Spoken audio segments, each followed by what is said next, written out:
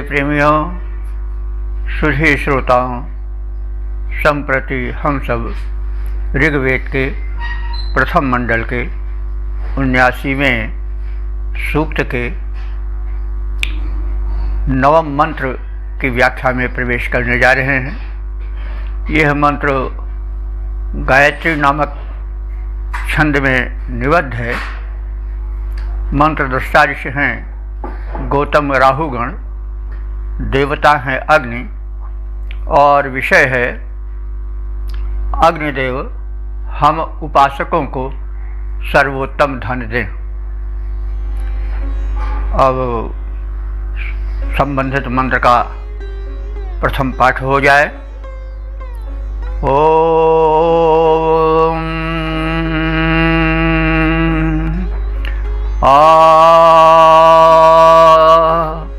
No अग्ने सुचेतुना रयिं विश्वायु पोषसं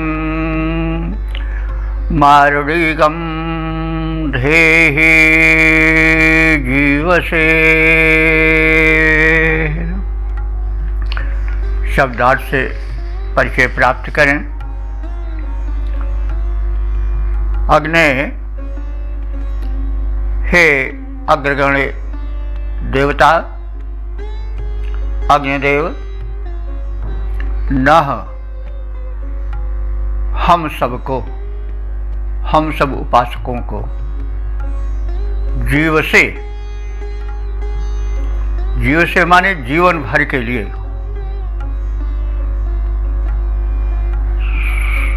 सुचेतना, सु माने शोभन सर्वोत्तम, चेतना कहते हैं ज्ञान द्वारा, चित है, चित माने ज्ञान होता है और चेतना ज्ञान द्वारा। तो हे अग्निदेव, हम उपासकों को ऐसा सर्वोत्तम धन दो जो हमारे जीवन भर काम आता रहे। और मारुडिकम, वह मृड होते हैं, मृड कहते हैं आनंद को, और मारुडिक कहते हैं आनंदप्रद को। वह धन जो कि श्रेष्ठ ज्ञान प्रद हो और मारुडिकम उसके साथ ही साथ आनंदप्रद हो। और विश्व आयु पोषसम, और विश्व कहते हैं संपूर्ण को, विश्व आयु माने संपूर्ण आयु यानी जीवन भर, यावत जीवन, पोषसम हमें पोषण प्रदान करता रहे, यानी उस ज्ञान से हम यावत जीवन पुष्टि प्राप्त करते रहें। तो ऐसे रयिम, रय कहते हैं ऐश्वर्य को, धन को, वैभव को, तो ऐसे ज्ञान धन को हमें धेहि, आ माने समन्तात, बड़ा आ है उपसर्ग रूप में, धेहि माने प्रदान करो। तो हे अग्निदेव, ऐसा दिव्य ज्ञान धन हमको प्रदान करो। यानी हे अग्निदेव, हमें जीवन भर के लिए ऐसा श्रेष्ठ व्यापक धन प्रदान करो जिससे हमें उत्तम ज्ञान, उत्तम ऐश्वर्य, उत्तम मान, सुख मिलता रहे और वो हमको संपूर्ण आयु यानी यावत जीवन सुख प्रदान करता रहे, पोषण प्रदान करता रहे। तो ऐसा धन कौन सा धन हो सकता है? वह धन विद्या धन ही हो सकता है, क्योंकि विद्या धन ऐसा धन है जो कि किसी के द्वारा न चुराया जा सकता है, न छीना जा सकता है, न उस पर कोई टैक्स लग सकता है, और न वो खर्च करते रहने पर क्षीण होता जाता है, बल्कि खर्च करते रहने पर और अधिक बढ़ता जाता है। तो वो धन विद्याधन है। जैसा कहा गया है, न चौरहार्यम न च राजहार्यम न च भ्रातृभाज्यम न च भारकारी। उसमें कोई भाई बंद बंटवारा भी नहीं करा सकते हैं। न भ्रातृभाज्यम न च भारकारी और व्ययी कृते वर्धत एव नित्यम विद्याधनम सर्व धन प्रधानम। और उस विद्याधन को अगर हम वेद विद्या से जोड़ दें तो अधिक उपयुक्त होगा। जिस धन के अर्जन का सौभाग्य हम आप प्राप्त कर रहे हैं, तो वेद ज्ञान सभी ज्ञानों का मूल है। वेदोखिलो ज्ञान मूलम वेदोखिलो धर्म मूलम। तो वेदक ज्ञान तो सर्वोत्तम ज्ञान है। तो हम ऐसे ज्ञान को प्राप्त करें जिसकी विशेषताएं अभी बताई गई हैं। और हे अग्निदेव, आप हमें वही सर्वोत्तम धन दो। तो इसके छंद रूपांतरण को भी देख लें। अग्नि देवता महान दाता हो, अग्नि देवता महान दाता हो, सामर्थ्यवान ऐसा धन चारों ओर से करो प्रदान देव। जिसे के द्वारा ज्ञान प्राप्त हमें उत्तम हो, बन के सहारा करे जो सदा कल्याण देव। करे जो प्रदान हमें पोषण महान, और तन मन दोनों बन जाएं बलवान देव। पूर्ण आयु पाएं सुखी जीवन बिताएं हम, तेरा गुण गाएं बन जाएं ओ महान देव। तेरा गुण गाएं बन जाएं ओ महान देव। ओम ओम। वेद प्रेमियों, सुधी श्रोताओं, संप्रति हम सब ऋग्वेद के प्रथम मंडल के 79वें सूक्त के 10वें मंत्र की व्याख्या में प्रवेश करने जा रहे हैं। यह मंत्र गायत्री नामक प्रसिद्ध छंद में निबद्ध है। इसके मंत्र दृष्टा ऋषि हैं गौतम, राहुगण और देवता हैं अग्नि। शीर्षक है उत्तम ऐश्वर्य हेतु अग्नि की प्रार्थना अनिवार्य है। अब हम संबंधित मंत्र का प्रथम पाठ करेंगे।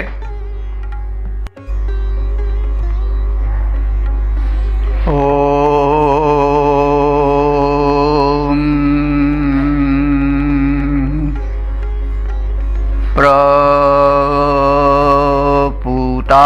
प्रपूतास्तिग्म शोचिषे वाचो गौतमाग्नये भरस्व सुम्नयुर्गिरः। शब्दार्थ से परिचय प्राप्त करें। गौतम, गो कहते हैं इंद्रिय को, और तम माने श्रेष्ठ। तो जो अपने इंद्रियों को तप द्वारा श्रेष्ठ निर्दोष बना ले, वह जो इंद्रियों को वशीभूत कर ले, वह अर्थात यहाँ इस मंत्र के दृष्टा ऋषि गौतम राहुगण हैं, तो उनके लिए भी यह प्रयोग हो सकता है। तो हम प्रथम मंत्र दृष्टा गौतम राहुगण के जो गोत्रीय ऋषिगण हैं उनके अर्थ को प्राधान्य देते हुए गौतम का शब्दार्थ कर रहे हैं कि हे गौतम गोत्रीय ऋषिगणों अथवा इंद्रियों को वशीभूत करने वाले साधकों, सुमनयुः। सुमनयुः माने श्रेष्ठ धन।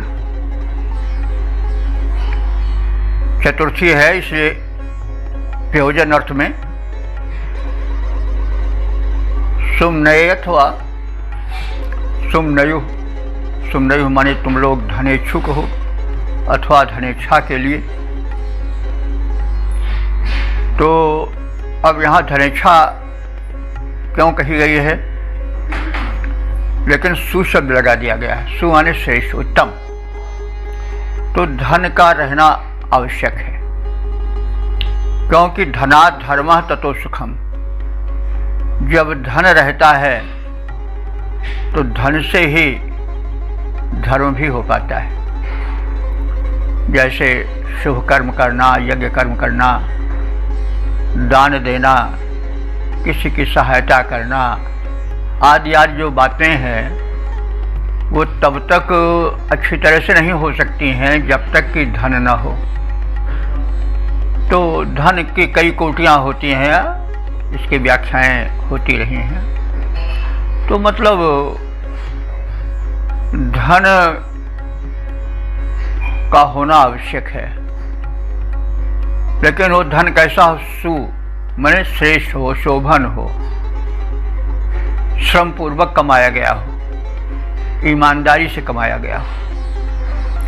तो गौतम गोत्रीय ऋषियों को निर्दिष्ट करते हुए कहा जा रहा है कि हे इंद्रियों को वश में रखने वाले गौतम गोत्रीय ऋषिगणों, तुम्हें शुभ कर्म करने के लिए धन चाहिए, इसलिए शोभन धन की प्राप्ति हेतु सुमनयुः तुम क्या करो? तिग्म शोचिषे अग्नये। अग्नये माने अग्नि देवता के लिए। तिग्म, तिग्म कहते हैं तीव्र, शोचिषे माने तेज। तो तीव्र तेजधारी अग्निदेव के लिए पूतः वाचः गिरः प्रभरस्व। पूतः माने पवित्र,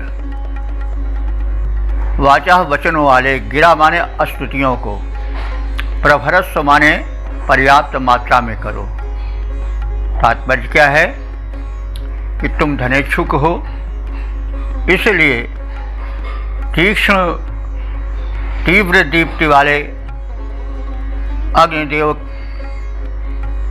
की स्तुति विषयक श्रेष्ठ मंत्रों का पर्याप्त मात्रा में उच्चारण करो और उसके द्वारा उनकी स्तुति करो और उन्हें प्रसन्न करो, ताकि तुम्हें शोभन धन प्राप्त हो सके और उसके माध्यम से शुभ कर्म हो सके। तो हे गौतम वंशीय अथवा इंद्रिय निग्रही साधकों, तुम ऐश्वर्य, कल्याण और वैभव की कामना से तीव्र तेज या द्युति वाले अग्निदेव के निमित्त पवित्र वचनों वाले, स्तुति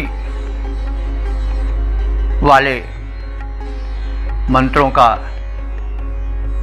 अग्निदेव को प्रसन्न करने के लिए उच्चारण करो। इसका हम छंदोबद्ध रूप देख लें।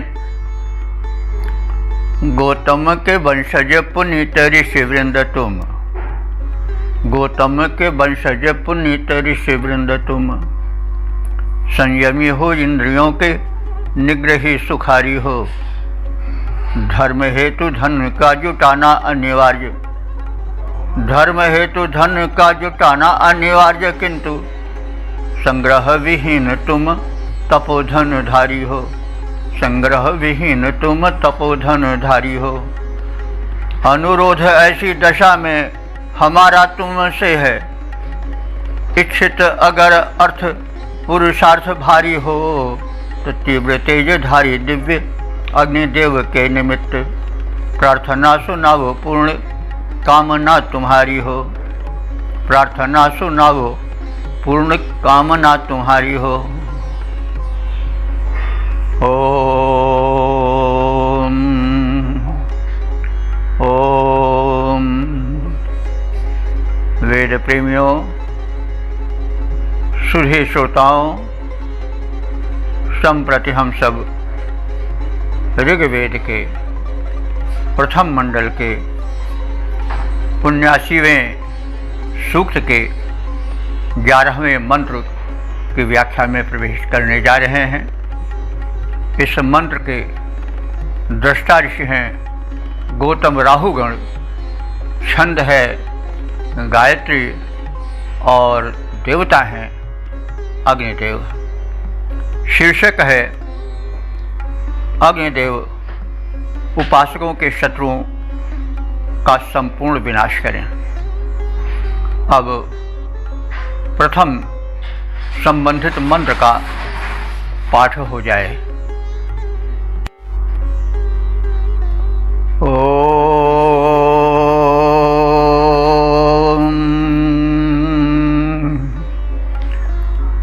यो नो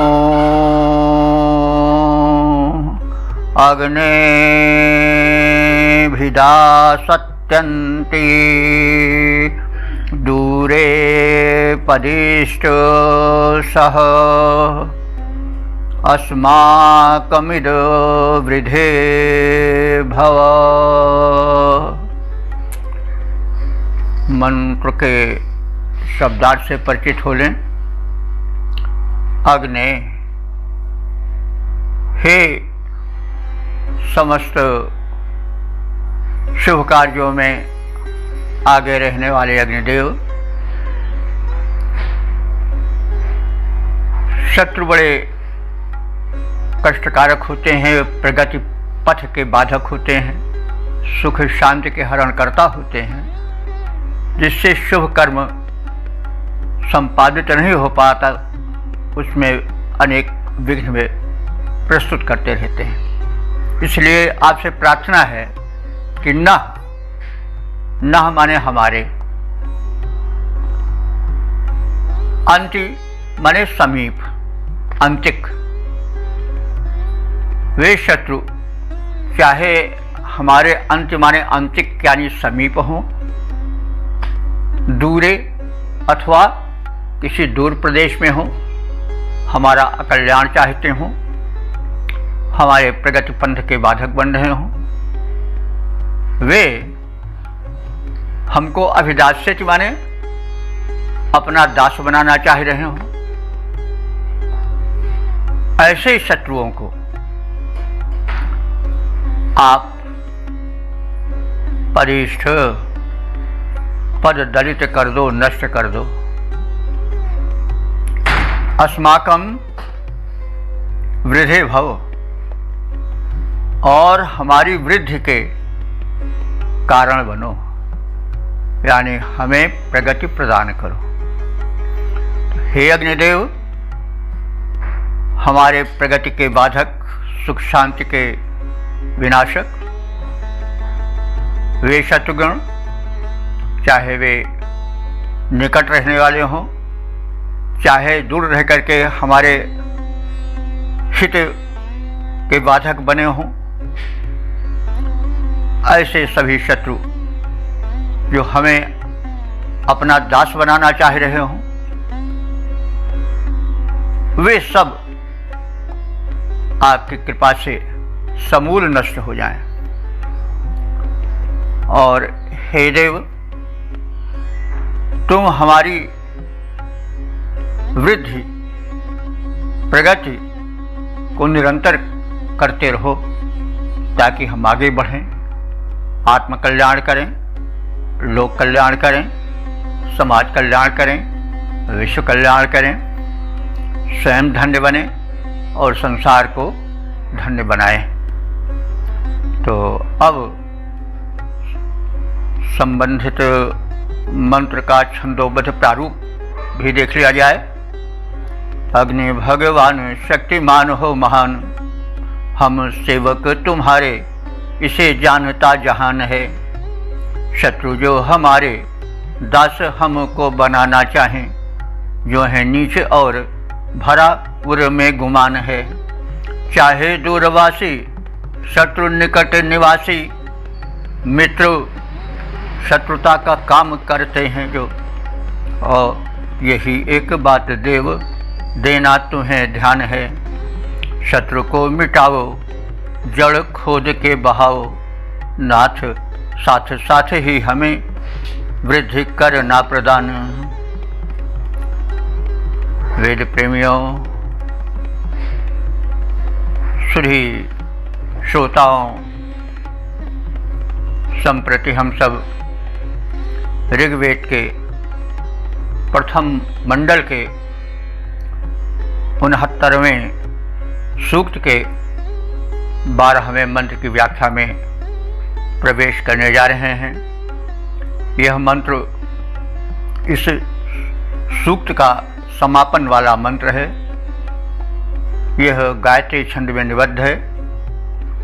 मंत्र दृष्टा ऋषि हैं गौतम राहुगण, देवता हैं अग्निदेव।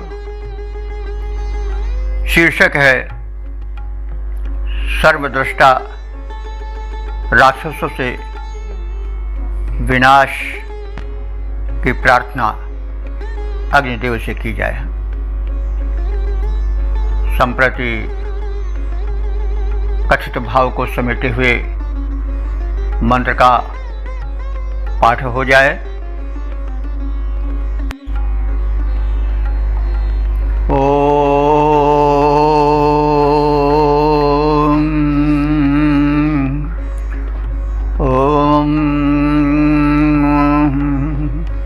सहस्राक्षो विचर्षणिरग्नि रक्षांसि सीधति, होता गृणीत उक्षः। शब्दार्थ से परिचय प्राप्त कर लें। सहस्राक्ष, हे अग्रगण्य अग्निदेव, तुम सहस्राक्ष हजारों नेत्रों वाले हो। तो नेत्र उनकी लपटें ही कही जा सकती हैं। अग्नि जब व्यापक होते हैं तो उनके हजारों नेत्र हो जाते हैं। हजारों नेत्र से मतलब सर्वदृष्टा का भी हो सकता है। ये हजारों या जब सैकड़ों कहा जाता है तो उससे अगण्य यानी अगणित का अर्थ भी निकलता है। जब हम हजारों कहते हैं तो इसका मतलब हुआ कि केवल हजार तक सीमित नहीं बल्कि बहुत व्यापक है। अति व्यापकत्व के लिए भी ये जो बहुगुणीय संख्याएं हैं उपयुक्त होती हैं। तो हे अग्निदेव, तुम सर्वद्रष्टा हो, तुम्हारे सहस्रों नेत्र हैं, अर्थात तुम अगणित दर्शन की सामर्थ्य से युक्त हो। सर्वद्रष्टा हो। रक्षांसि सीधति, रक्षांश माने राक्षसों को। राक्षस कौन है? जो हमारे कार्यों में विघ्न डालते हैं, हमें तरह तरह से कष्ट पहुंचा करके विनष्ट करना चाहते हैं, वे राक्षस हैं। तो तुम ऐसे राक्षसों को संघृत करने वाले हो, उनका विनाश करने वाले हो, संहार करने वाले हो। कीटाणु भी राक्षस हैं और अग्निदेव का पहला प्रहार उन्हीं पर होता है। जब हव्य का औषधीय धूम व्याप्त होता है वायुमंडल में, तो जो कृमि होते हैं वे विनष्ट हो जाते हैं। और वे कृमि ही सबसे बड़े शत्रु हैं तो अदृश्य लेकिन बड़े ही घातक होते हैं। तो अग्नि गार्हपत्य अग्नि के रूप में जल करके हव्याज के धूम के रूप में तो विनाश करता ही है। आप देखें जरा ध्यान से, तो शरीर में अग्नि का बड़ा व्यापक रूप है, जठराग के रूप में है। ये साथ साथ रक्त और जो हमारे शरीर का टेम्परेचर है वो 99 सेंटीग्रेड से कुछ ऊपर होता है, और 90 सेंटीग्रेड में ही जल में उबाल आ जाता है। तो इतना टेम्परेचर शरीर में रहता है, इसीलिए हमारे वायुमंडल में जो असंख्य तैरते हुए अदृश्य शत्रु रूप कीट जर्म्स रहते हैं, वे नष्ट होते रहते हैं, शरीर में प्रवेश करते रहते हैं, प्रतिक्षण वे श्वास के साथ जाते रहते हैं, लेकिन अग्निदेव का ताप शरीर में टेम्परेचर इतना रहता है कि वे पहुंच करके उसी में भस्म होते रहते हैं। तो इस प्रकार से अग्नि की वैज्ञानिकता को ऋषि ने पहचाना और उनकी प्रार्थना किया कि हे अग्निदेव, आप दैत्य रूप कृमियों का विनाश करते हो, हमारे शत्रुओं का संहार करते हो, और इन्हीं सब गुणों के कारण, अपनी शक्ति के कारण, अपनी दिव्यता के कारण तुम होता देव दूतत्व का समुन्नत प्रतिष्ठित पद प्राप्त किए हो। उक्त माने तुम प्रशंसनीय हो, और उक्त माने स्तोत्रों द्वारा तुम गृणीत माने वंदित होते हो, तुम्हारी वंदना की जाती है, क्योंकि तुम महान हो, उपकारी हो, हितकारी हो। तो हे अग्निदेव, तुम सहस्रों अर्थात अनंत ज्वाला रूपी नेत्रों से संपूर्ण ब्रह्मांड की गतिविधियों को देखते रहते हो, तुम राक्षसों के संहार करता हो, देव शक्तियों को तुम आवाहित करते हो, जिससे कि हम साधकों को बल मिलता है, और तुम अपने दिव्य गुणों के कारण प्रशंसित होते रहते हो। ऐसी तुम्हारी दिव्यता का हम नमन करते हैं। इसका पद्य रूपांतरण देख लें। देव तुम अग्रवंदित हो, इसी से अग्नि कहलाते, तेज है व्याप्त कण कण में, सर्वव्यापक कहाते हो। सहस्रों ज्वाल मालाएं तुम्हारे नयन तेजस्वी, सकल ब्रह्मांड के सब दृश्य उनसे देख आते हो। प्रभो सर्वज्ञ स्वामी हो, तुम्हारा नाम जो भी हो। प्रभो सर्वज्ञ स्वामी हो, तुम्हारा नाम जो भी हो। नहीं तुमसे छिपा कुछ भी, सभी कुछ जान जाते हो। साधु साधक सुधी जन की सदा रक्षा किया करते, लोक पीड़क पिशाचों को मार करके भगाते हो। बुलाते देवताओं को जहाँ शुभ यज्ञ होता है, प्रशंसित कर्म सारे हैं, प्रशंसित कर्म सारे हैं। प्रशंसा नित्य पाते हो, प्रशंसा नित्य पाते हो। देव तुम अग्निवंदित हो, देव तुम अग्रवंदित हो, इसी से अग्नि कहलाते। तेज है व्याप्त कण कण में, सर्वव्यापक कहाते हो। अब इस सूक्त का समापन हो गया। हम अब इसका संक्षिप्त परिचय प्राप्त कर लें। यह सूक्त ऋग्वेद के प्रथम मंडल के 79वें सूक्त का संबंध रखता है, उससे संबंधित है। इसमें कुल 12 मंत्र हैं। मंत्र 3 प्रकार के छंदों में निबद्ध हैं। त्रिष्टुप छंद, उशीक छंद और गायत्री छंद में इस सूक्त के मंत्र कहे गए हैं।